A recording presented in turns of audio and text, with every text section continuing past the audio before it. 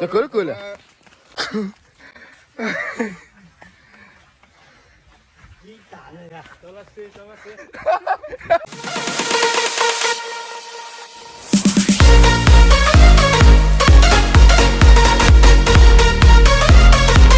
ฝากกับเพลงศิลปินหลายคนทุกคนผมเกี่ยวกับการฟังเพลงมันเนาะกว่าจ้า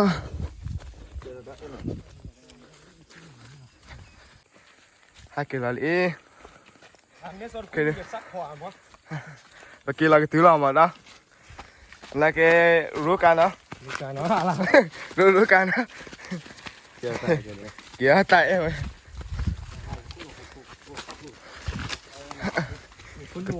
ตีละสักคนละ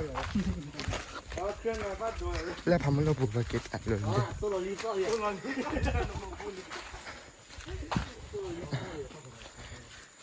ถ้าจะมีเกล็ดบอกเราไปยาวอันเนี้ยแต่ครับคลิปยาวเกล็ดหมดได้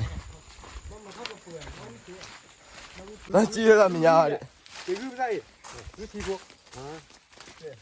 ไม่ละ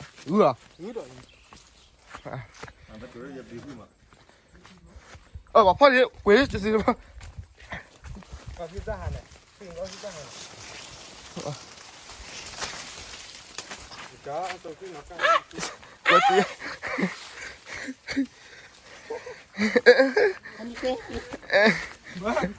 จีบปานมือแกว่ได้ไหมจีบปานมือแกว่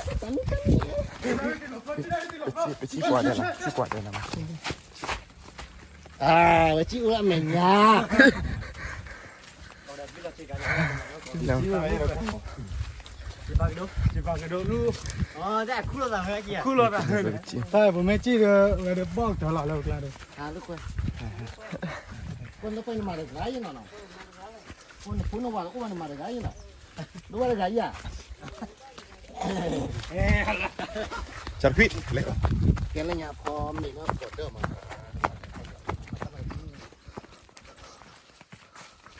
แล้วเลยจู่ๆบอลเลยเนี่ยก็ไม่ได้เลยฮารุเลยทำมารู้ตั้งรอบที่เจ็ดละเดี๋ยวที่เราจะเจ็ดอยากเก๋เฮ้ยไหนรอบมาโดนเกิดเลยจะเกิดอะไรเลยยี่กันเลยค่ะตัวละสิ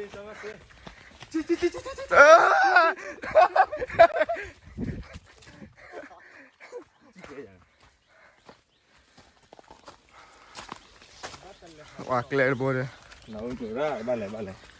พาสปอร์ตมันเลยฮะไปลูกเพี้ยบ้านติดผูกอะไรลูกเพี้ย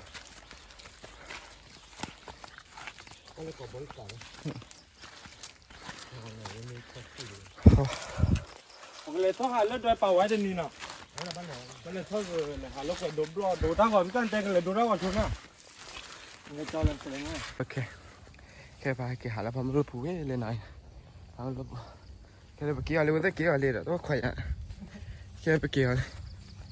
โอเคคือมาก็จะตามหูไปแล้วนะเจอตอนแรกคิดก่อนเอาโชว์เคลมมันเนี่ยแกปุดปุดดากว่าเด็ก